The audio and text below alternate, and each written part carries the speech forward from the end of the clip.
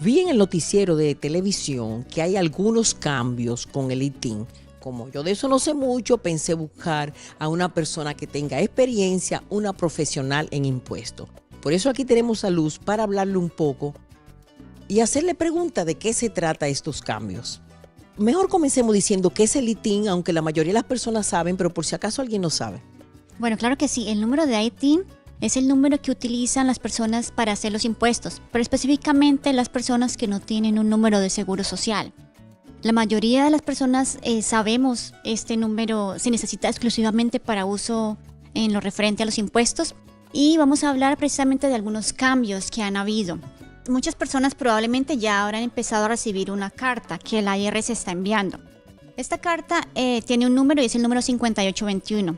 Generalmente las cartas que el Internal Revenue Service envía tienen un número para saber exactamente a qué se refieren. Si uno recibe esta carta se va a dar cuenta que ya sea uno o sus dependes va a necesitar renovar el número del ITIN y la carta especifica bien cómo hacer este proceso y hasta cuándo podemos empezar a hacerlo.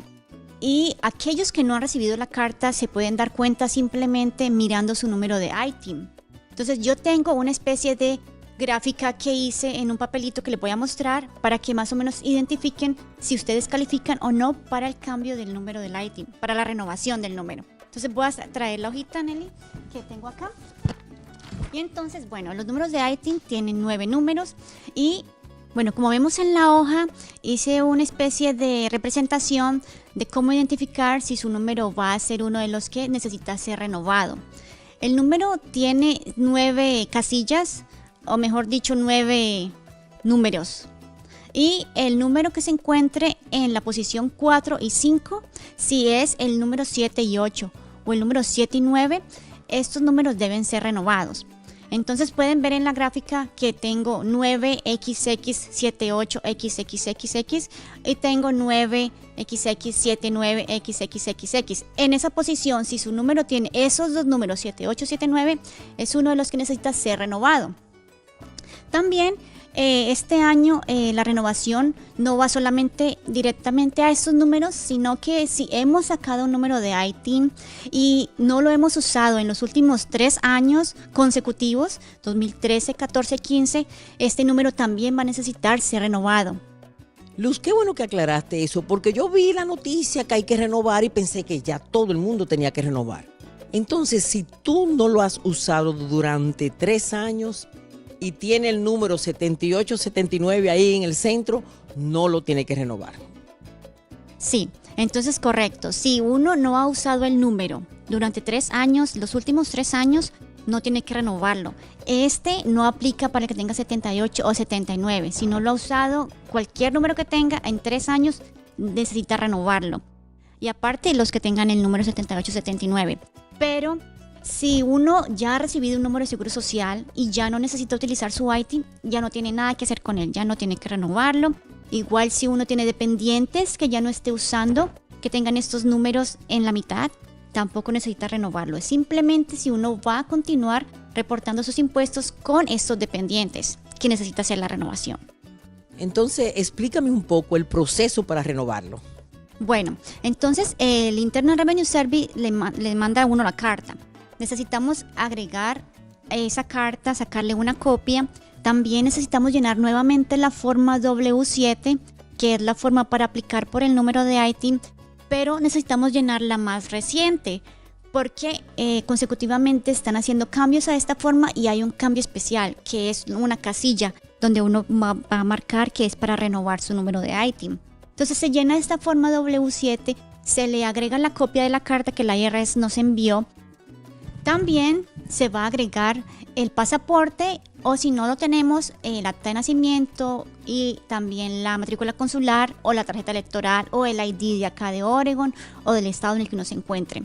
Estos documentos se van a enviar junto con el paquete de lo que acabo de decir, la forma W7 y la carta por correo. Hay 3 formas de hacer este proceso. Entonces, una de ellas es enviar todo por correo, pero el problema con esta es que se va a tener que enviar todos los documentos originales.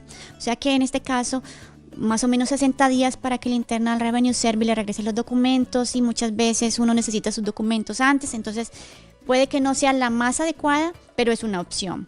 Bueno, la otra forma de hacerlo es yendo directamente. El Internal Revenue Service tiene unos centros de atención para que la persona pueda llevar sus documentos y ellos los revisan y se los entregan inmediatamente. Esa es otra forma. La otra es buscar un acceptance agent, o sea, una persona que tenga la certificación del Internal Revenue Service de poder verificar los documentos, sacar copias y regresárselos a la persona. Entonces así no va a tener necesidad de mandarlos. Esas son las 3 formas para hacer la renovación. Muy interesante eso, porque hay muchas personas que hacen los impuestos, pero no tienen esa certificación. ¿Tú la tienes? Ajá, sí, Nelly, sí, yo tengo la certificación. Pues eso es muy importante que usted se fije que no es cualquier persona que puede hacer ese servicio. Y qué bueno, porque uno mandar sus documentos originales, no me gusta mucho la idea, a mí personalmente. Tengo una pregunta. Años atrás, uno podía solicitar el número de ITIN simplemente llenando ese formulario, cumpliendo con esos requisitos. Pero he oído decir que hace un tiempo no es solamente mandar el formulario junto a esos documentos, sino que también hay que enviar los impuestos. ¿Es verdad eso? Es correcto. Sí, anteriormente parece ser que uno podía nomás enviar la forma y los documentos y le mandaban el número. Ahora no lo están haciendo así. Ahora es necesario que se adjunte una declaración de impuestos porque el ITIN number, el número de ITIN, se va a entregar solamente con el propósito de declarar los impuestos. El contribuyente, ¿hasta cuándo puede renovarlo y qué pasa si no lo renueva? Ok, bueno, muy bien. El Internal Revenue Service empezó con este proceso a partir de octubre 1, o sea que estamos en plena época de renovación.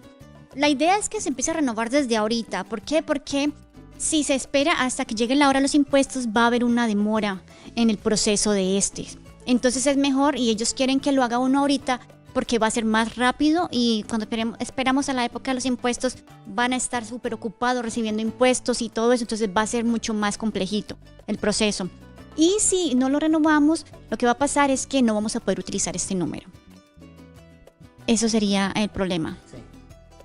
Bueno, Luz, muchísimas gracias por aclarar esas dudas. Pero si todavía tienen más preguntas, pues llámenla, que la consulta es gratis.